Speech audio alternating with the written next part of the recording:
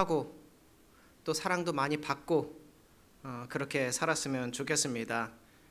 그러려면 사랑을 잘 해야 되겠지요? 여러분들은 사랑을 어떻게 잘 하시는지요?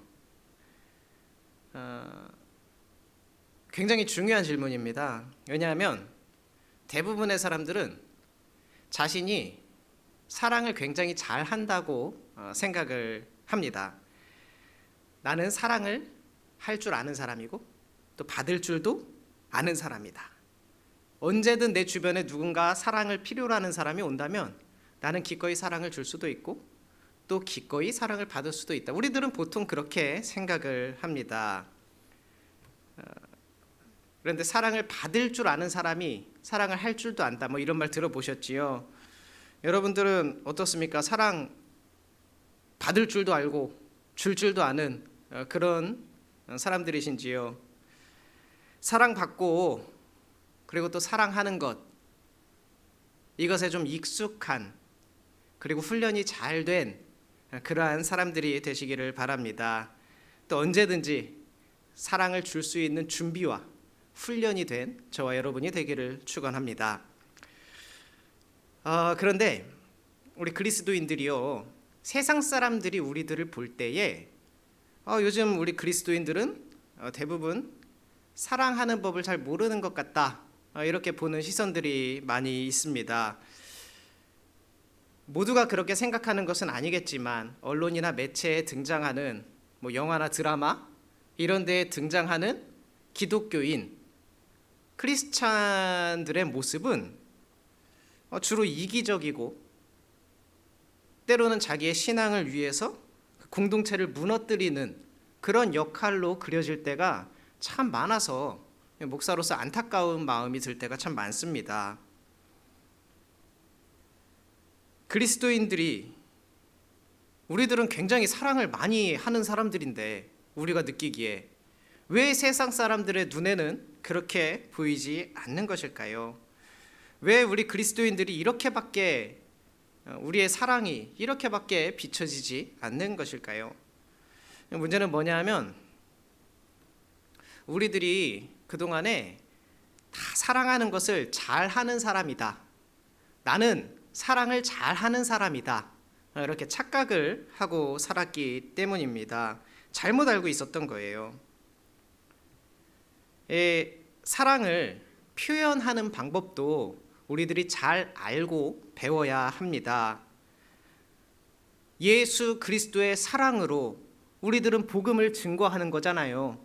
세상에 안 믿는 사람들에게 복음을 증거하는데 그 마음 속에는 사랑하는 마음이 있는 거잖아요. 그런데 그 복음을 증거하는 모습조차도 우리들은 때로는 누군가에게 폭력적으로 비춰질 때가 있다라는 거지요. 그래서 사랑을 표현하는 방법도 우리가 잘 배워야 하는 겁니다. 몇 년 전 드라마에서는 사랑하는 여인을 차에 태우고 남자 주인공이 막 소리를 지릅니다. 나랑 살래? 아니면 나랑 죽을래? 사랑하는 표현을 그렇게 한 거예요. 혹은 대뜸 벽에 밀치고 도망 못 가게 붙잡아 놓고 강제로 키스를 하기도 하지요. 예전에는 어땠을지 모르겠지만 여러분, 요즘은요, 지금은요, 이것은 사랑이 아니에요. 폭력이고 범죄일 뿐입니다. 그럼에도 불구하고 우리가 이렇게 폭력적으로까지는 안 하니까 그냥 사랑이라는 게 마음 다해서 잘 해주고 잘 섬겨주면 되지. 맞아요. 마음 다해서 잘 해주고 정성을 다해서 섬겨주는 것, 그것이 사랑입니다. 문제는 그 상대방이 내 그 좋은 마음을 아느냐 모르느냐, 이게 문제지요. 자칫 자기 혼자만의 사랑이 되는 경우도 많기 때문입니다. 이거는 꼭 우리 그리스도인뿐만이 아니에요. 가족들, 연인들 다 마찬가지입니다. 보통 대체로 자기들은 상대방한테 잘하고 있다고 생각해요. 남편들은요, 나 정도면 훌륭한 남편이라고 생각을 합니다. 잘하고 있다고 생각을 해요. 아내분들 역시 나 정도면은 굉장히 훌륭한 아내라고 생각을 합니다. 누구나 다 그래요. 나 정도 하는 사람이 어디 있어? 남들만큼은 그래도 더 잘해주진 못해도 그래, 남들 하는 만큼은 내가 하고 있지 않나? 이런 생각들을 누구나 다 해요. 누구나. 그럼에도 불구하고 상대방은 늘 아쉬움을 느끼고 그 부족함에 대하여 또 내가 참아주고 있다고 생각을 해요. 저 사람이 참 부족한 사람이지만 내가 사랑하니까 참아줘야지. 사랑하니까 참는 거예요. 내가 널 사랑하니까 이런 부분 참아주고, 내가 견뎌주고, 이런 부분 내가 더 배려해주고 있다. 이렇게 생각을 해요. 문제는 상대방도 똑같이 그렇게 생각을 하고 있다는 거예요. 서로 간에 상대방이 다 자신이 더 많이 용납을 하고 있다고 착각을 합니다. 여기에서 문제가 시작이 되는 거예요. 서로 간에 나쁜 마음은 하나도 없어요. 다 사랑하니까 참아주고 배려해주고 견디는 거예요. 근데 나는 그렇게 하는데 상대방은 그렇지 않다라고 느껴지면 굉장히 서운하고 섭섭하고 속상하고 그런 거 아니겠습니까?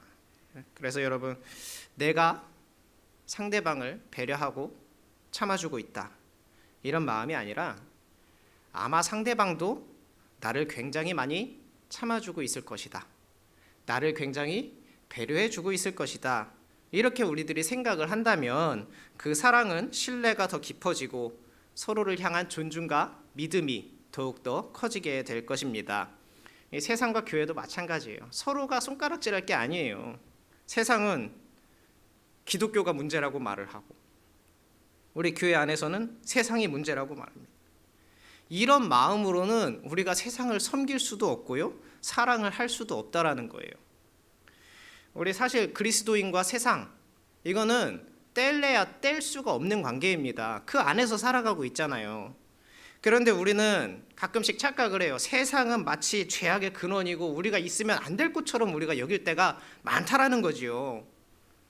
기도할 때도 우리 그렇게 많이 하잖아요. 일주일 동안 죄악된 세상 속에 살다가 이렇게 교회에 나왔습니다. 마치 세상에 있으면 안 되는 우리 거룩한 사람들인 것처럼. 그런데 우리들이요, 이런 마음이, 이런 태도가 점점 더 강화되면 성과 속, 그러니까 거룩한 것과 세속된 것, 이거 딱 갈라놓고 이분법적으로만 사고를 하게 되는 거예요. 이거는 좋은 거, 이거 나쁜 거. 근본주의적 태도를 가지고 사람과 교회를 분열시키는 그런 생각들이 이 안에서 자라나게 되는 겁니다. 세상과 교회를 떼놓고 분리해서 생각을 하면 안 된다라는 거예요. 오늘 말씀을 살펴보면요, 세상이 나와요. 그리고 믿는 자가 나오고 영생, 구원이 나옵니다. 일단 우리 구원부터 짚고 넘어가지요. 여러분, 구원이 무엇입니까? 이 세상 현실은 어떻게 되거나 말거나 상관없고 일단 나중에 내가 죽었을 때, 목숨 다해서 죽었을 때 천국 가면 그거 구원입니까?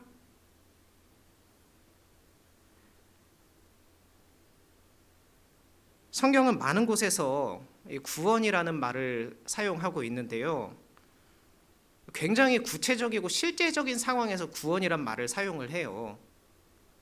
어떠한 위기 상황에서 구조되었을 때, 묶여있던 곳에서 구출되었을 때, 혹은 병에서 치유되었을 때 이 구원이란 말이 나옵니다. 굉장히 구체적이고 실제적인 사건이 바로 구원이라는 거예요. 하나님의 구원이라는 것이 어떤 먼 미래에 있는, 뭔지 잘 모르겠지만 어떤 모호한 나중에 얻게 될 어떠한 것, 말로 설명할 수 없는 어떠한 것, 그런 어떤 희망, 이런 거가 아니라 굉장히 실제적이고 우리의 삶과 밀접한 관계가 있다라는 거지요. 오늘 당장 죽어가는 나를 살리는 그 치유로서의 구원, 기가 막힌 웅덩이와 수렁에 내가 점점 빠져들고 있을 때 거기에 구출해내시는 구조로서의 구원, 이런 것들이 성경에서 말하는 구원이에요. 실제로요, 여러분, 예수님을 만난 사람들은요, 그 현실적인 문제들에 대하여 답을 얻고 그 삶이 변화되었습니다. 예수님을 만난 사람들의 결과는 다 그랬어요. 삶이 변화가 되었어요. 그러니 이 구원이라는 것이 이 현실하고 동떨어진 저 멀리에 있는 내가 언제 죽을지 모르지만 죽음 뒤에 있는 저 먼 미래에 있는 그런 일들이 아니라는 겁니다. 오늘 우리가 이 자리에서도 맛볼 수 있는 것이고, 오늘 우리가 당연하게 매일같이 누려야 하는 것이고, 그것이 바로 선물이고 구원인 것입니다. 근데 많은 사람들이요, 이 내세적인 신앙, 그러니까 현실은 일단 잘 모르겠고 죽은 다음에 천국 가는 거, 이것만 생각을 해요. 그래서 그 내세적인 신앙만 강조를 하면서 이 세상이나 현실이라는 벽 앞에서는 조금씩 뒷걸음질을 칩니다. 그러다 보니 우리의 신앙이 현실에서는 너무나도 무력해요. 아무런 대처가 안 되는 우리의 신앙으로는 그런 상황들이 너무 많이 발생한다는 거죠. 그래서 세상이 볼 때에 우리 그리스도인들은 때로는 비겁한 인간으로 보여질 때도 많이 있습니다. 이러한 내세적인 신앙, 폐쇄적인 믿음, 그리고 서로 섬기고 사랑하는 거 잘 하는데 교회 안에서만 이러면 세상 사람들이 우리들을 볼 때에 그 영화에서 나왔던 그런 것처럼 보여지게 되는 이유가 바로 그런 거예요. 우리끼리만 보면 너무너무 좋은 권사님이고 너무너무 인품이 훌륭하신 분인데 세상에서는 또 그렇지가 않아요. 달란 거예요. 다른 거. 우리끼리만. 근데 오늘 우리 본문 기독교의 핵심과도 같은 말씀이잖아요. 저 어린 초등학생들도 암기해서 다니는 그런 말씀이잖아요. 같이 3장 16절만 한번 여러분 같이 한번 읊어보실까요? 하나님이 세상을 이처럼 사랑하사 독생자를 주셨으니 이는 그를 믿는 자마다 멸망하지 않고 영생을 얻게 하려 하심이라. 아멘. 하나님이요, 말씀을 잘 보셔야 됩니다. 이 세상을 볼 때에 사랑하는 세상이에요. 사랑하는 세상. 하나님이 이 세상을 사랑하사 저주하는 그런 영역이 아니라는 겁니다. 하나님의 사랑을 완전히 받고 있어요. 누가요? 세상이요. 자기의 몸을 희생하면서까지 사랑한 그것이 바로 세상이라는 것이지요. 그리고 그 사랑은 곧 구원으로 이루어지게 되는 것입니다. 이 말씀은 기독교의 핵심과도 같은 말씀이에요. 왜 하나님이 그 아들을 우리에게 주셨습니까? 세상을 사랑하니까. 이 세상을 구원하려고. 학교 다닐 때 이분 책을 많이 읽었는데 위르겐 몰트만이라는 신학자가 있어요. 저희 쪽에선 굉장히 유명한 사람인데 많이는 못 들어보셨지요? 몰트만.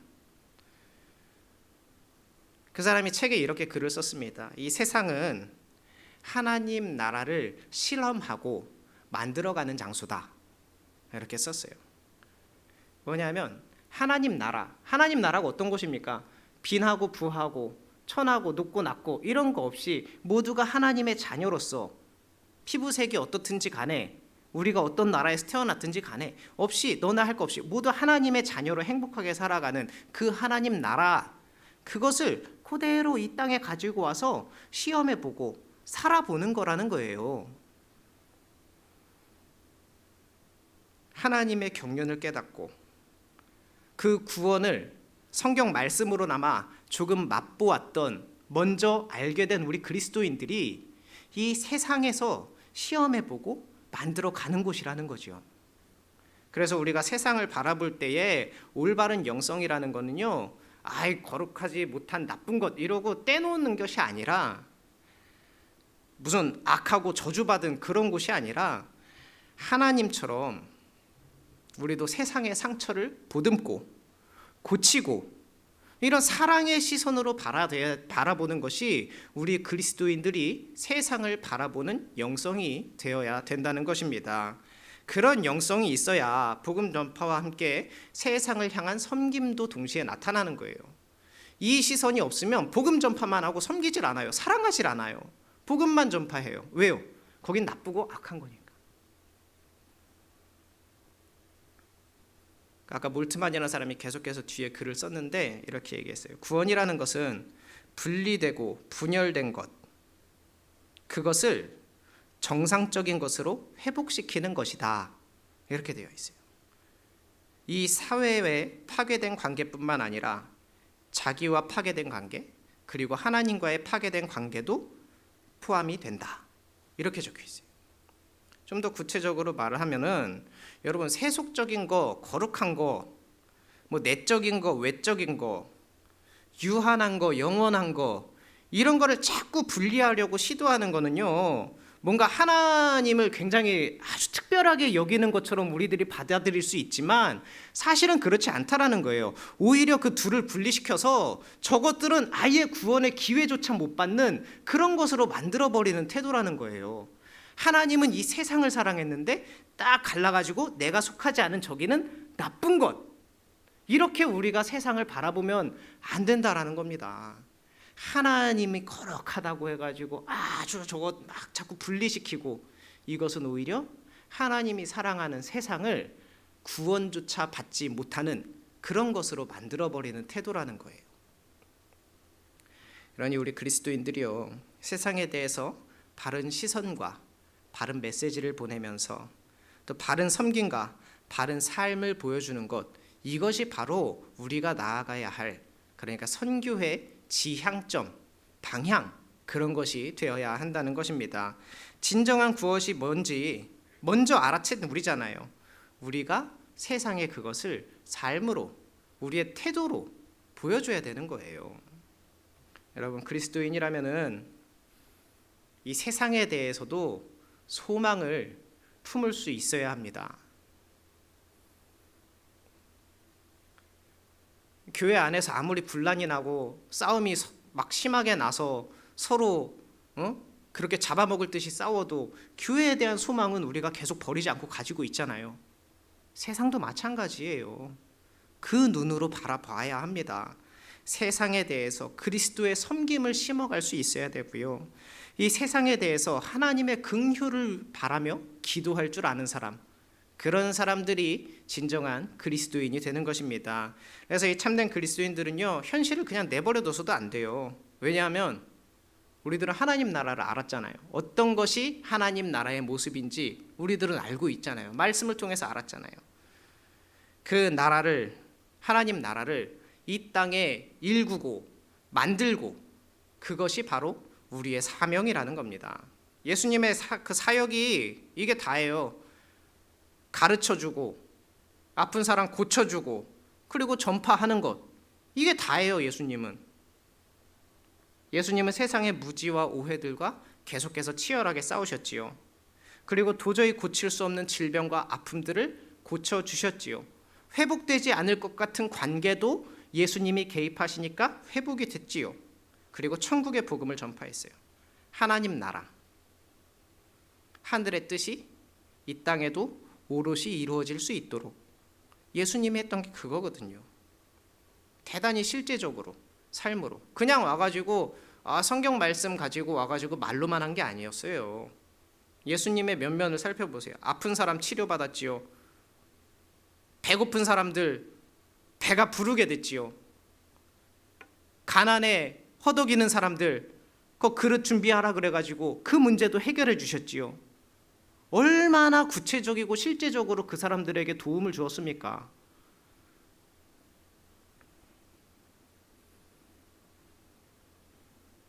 윌버포스라는 사람이 있어요. 뭐 여러분들 설교를 통해서 몇 번 접하셨을 거라고 생각이 듭니다.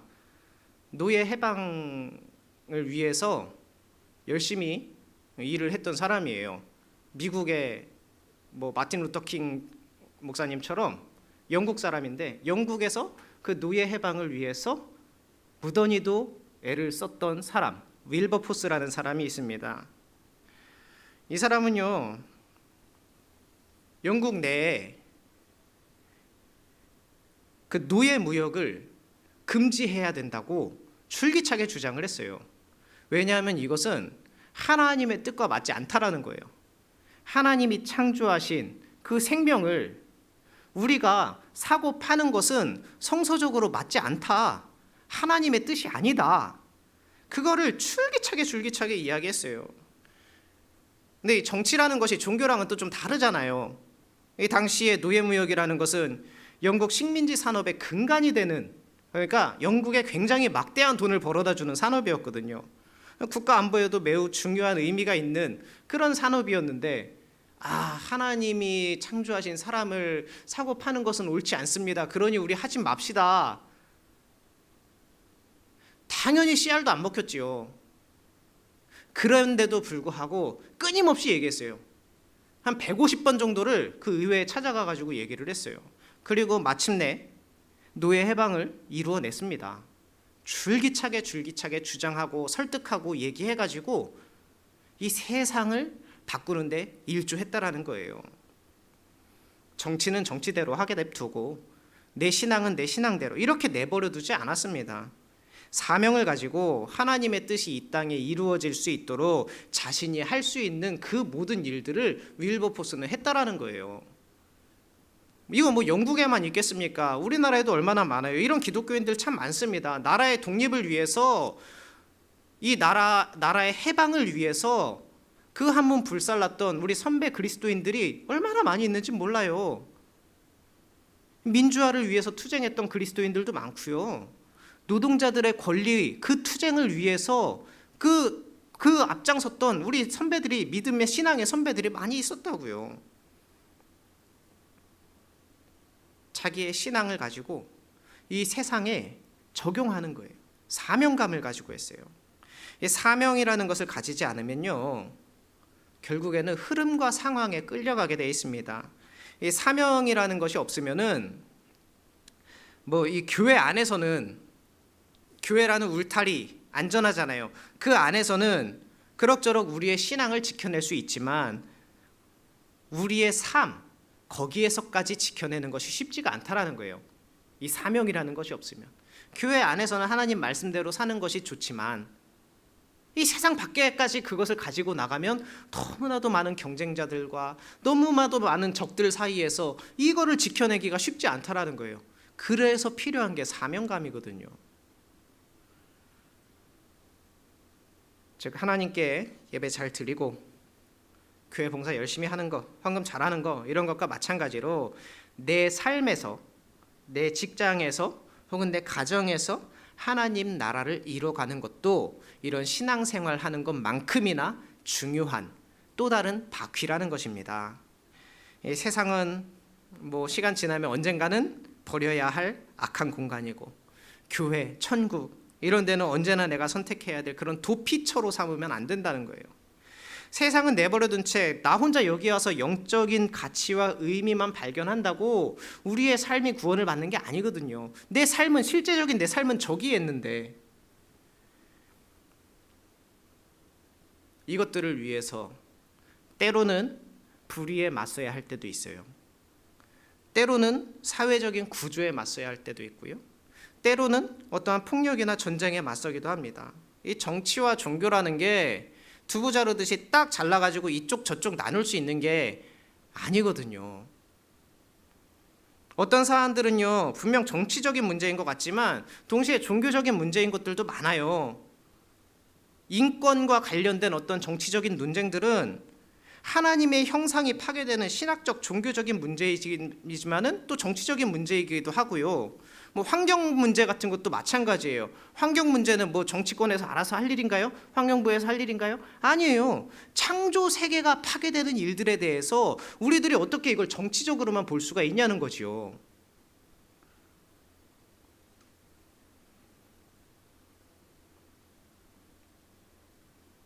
성서에 등장하는 여러 예언자들이요, 보통은 다들 그랬어요. 불의한 왕정을 비판했고요, 항거했습니다.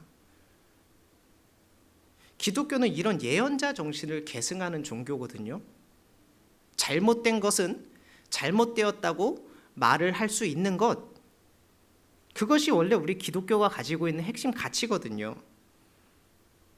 예수님의 사역도 마찬가지예요. 종교적이지만, 예수님의 사역은 확실히 종교적이었지만 그것을 바라볼 때에는 정치적인 성격도 많이 있었어요. 그래서 예수님이 처형되는 십자가, 정치범이거든요. 예수님은 당시에 사회를 혼란하게 한 정치범이에요. 정치범. 오늘날로 치면 내란죄 같은 거에 해당이 된 거죠. 몇 년 전에 우리나라에도 한번 왔었던 프란치스코 교황이 이런 말을 했습니다. 이 정치 참여는 그리스도인의 의무라고 이야기를 했습니다.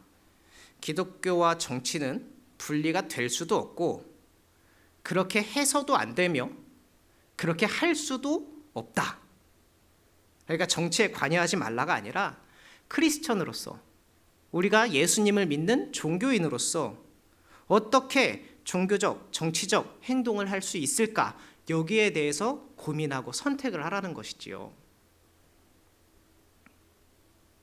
정치에 종교가 끼면 안 된다고 막 얘기하면서 딱 잡아두는 것, 그것이 오히려 굉장히 정치적인 행위가 될 수도 있고요. 또 정치에 참여하는 지극히 정치적인 행위가 가장 우리의 종교적인 행위가 될 수도 있는 것입니다. 예전에 제가 한번 목격했던 장면인데요. 한 시위대와 경찰이 힘싸움을 한번 하려고 딱 맞닥뜨리고 있었어요. 그런데 저쪽에서 한 신부님이 투벅투벅 가운데로 걸어오더니 거기에 무릎을 딱 꿇고 앉아서 기도를 했어요. 힘과 힘이 부딪히려는 그 자리에서 그 한 사람 때문에 부딪히지 못하고 결국에 흐지부지하고 다 해산을 하게 됐거든요. 바로 그런 자리가 우리 그리스도인, 종교인, 기독교인들이 서 있어야 하는 자리가 아닌가, 저는 그렇게 생각합니다. 세상에서는 세상의 방식대로 잘 살고 신앙생활은 교회 안에서 교회 사람들하고만 나누는 것, 이것은 오히려 세상을 구원하지 못하게 하고 오히려 그 구원이라는 것을 교회 안에만 가둬두는 그런 행위가 될 수 있습니다. 전혀 선교적이지 않아요. 우리의 믿음과 우리의 신앙을 세상으로 가지고 나갈 수 있어야 합니다. 무섭다고 혹은 세상 일이니까 피하거나 골방에서 기도만 한다는 것, 이것은 세상을 구원하는 예수님의 뜻을 우리들이 가로막고 서게 되는 거예요. 오늘 말씀처럼 하나님이 세상을 이처럼 사랑하사 이 사명으로 우리들은 세상을 향해 끊임없이 외치는 사람들이 되어야 합니다. 우리의 중요한 목적이 그거예요. 물론 세상에 나가서 자꾸 사람들 하는 거에 반대만 하는 그런 말썽장애가 되라는 것이 아니라 그러한 현실 속에서 하나님 나라를 보여주고 제시하면서 또 치유하고 고치고 보듬고 돕고, 이것이 바로 하나님 나라를 만들어가는 것이라는 거지요.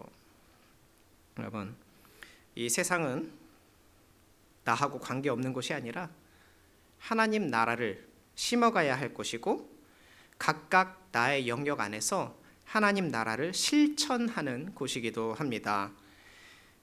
천국이라는 게 내가 단지 죽어서만 가는 곳이라고 생각하지 마시고 이 땅에 내가 천국을 만들어낸다라는 그러한 신앙과 믿음으로 이 세상 앞에 당당히 맞서시기 바랍니다. 물론 이 땅에서 천국을 만들어낸다라는 것은요, 겨자씨 한 알처럼 너무너무 초라한, 나 혼자서 할 수 없는 그러한 작은 비전이지만은 그것이 나중에 열매를 맺고 큰 나무가 되었을 때 얼마나 많은 사람들이 이 땅에 만들어진 천국에 깃들어서 쉼을 얻을 수가 있겠습니까? 여러분, 세상을 내버려두고 방관하는 그리스도인이 아니라 적극적으로 세상 일에 관심을 가지시기 바랍니다. 이제 20날 하고 하루 남았어요. 대선, 우리나라 대통령 선거 21일 남았는데 이 투표라는 것도 세상을 향한 우리의 움직임이 됩니다. 무슨 대단한 투쟁을 하거나 의식 있는 행동가처럼 우리가 행동을 할 수도 없고 그렇게 하라는 것은 아니에요. 정치학도 모르고 역사도 잘 모르고 민주주의 역사 이런 거 잘 모르더라도 단지 우리가 생각해야 되는 건 그거죠. 뭔가 하나님 나라가 없는 것 같은 곳, 그곳에 하나님의 나라가 느껴지지 않는 그런 일들에 대해서 하나님의 나라를 소망하고 심어가고 싶다, 그런 마음으로 우리들이 참여하면 되는 거예요. 이번에 나오는 사람들은 다 이렇게 사람들이 마음에 안 들어 이러고 관심을 끊어버리면 안 되고 그곳에 어떻게 하면 더 하나님의 정의가, 하나님의 사랑이 알려질 수 있을까? 끊임없이 고민하고 선택을 하셔야 한다는 것이요. 그렇게 우리가 할 때에 성령님께서도 함께 일하시고 또 주님께서 우리를 통해 일하시고 고치시고 보듬으시는, 그냥 우리의 마음만 하는 것이 아니라 실제적으로 우리의 삶을 보듬고 고치고 싸매는 그러한 역사를 우리가 보게 될 줄로 믿습니다. 여러분, 주님을 깊이 사랑하시고 또 그렇게 주님을 깊이 사랑하는 만큼 이 세상 포기하지 마시고 끝까지 사랑의 눈으로 지켜 바라봐 주시기 바랍니다. 기도하겠습니다.